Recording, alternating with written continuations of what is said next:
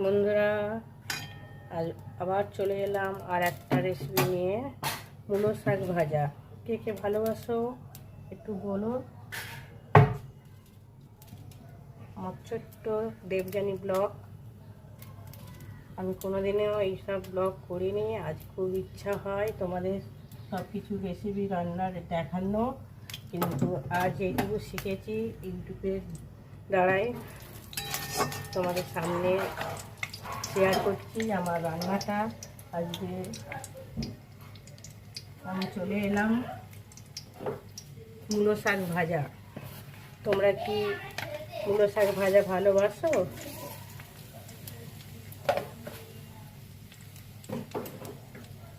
কাঁচা লঙ্কা দিতে হয়, আমি শুকনো লঙ্কা দিয়েই ভাজছি। আর কালো জিরে দিয়ে দিলাম, সামান্য হলুদ দিলাম, দিয়ে পেঁয়াজটা দিয়ে দিলাম।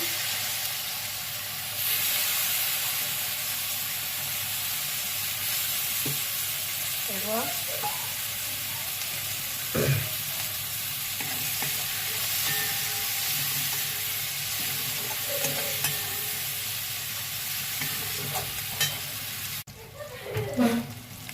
দু চার কোয়া রসুন দিয়ে দিলাম।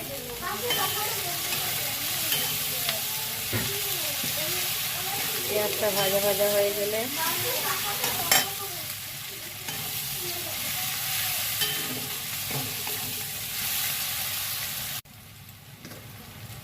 আমি মূলো শাকটা দিয়ে দিচ্ছি।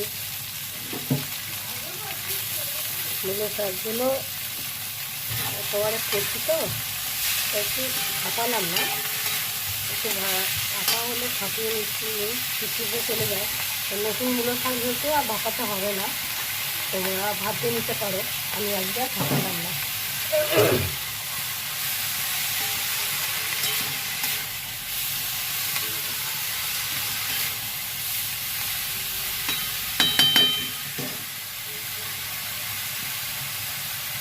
নুন দিয়ে দিলাম দুটো করে, বেশি নুন দেবে না, কেননা মূলো শাক একটু পেস্টিতে হয়, বেশি নুন দিলে পেস্টিতে হয়ে যাবে। হালকা করে নুন দিয়ে দেবে, দিয়ে একটু চাপা দেবে। চলে এলাম, দেখো চাপাটা তুলে দেখবো কতটা ঠিক হয়েছে। অনেক জল বেরিয়ে গেছে, দেখো বন্ধুরা। এই জলটাকে এবার শুকনো করতে হবে, ঠিক আছে?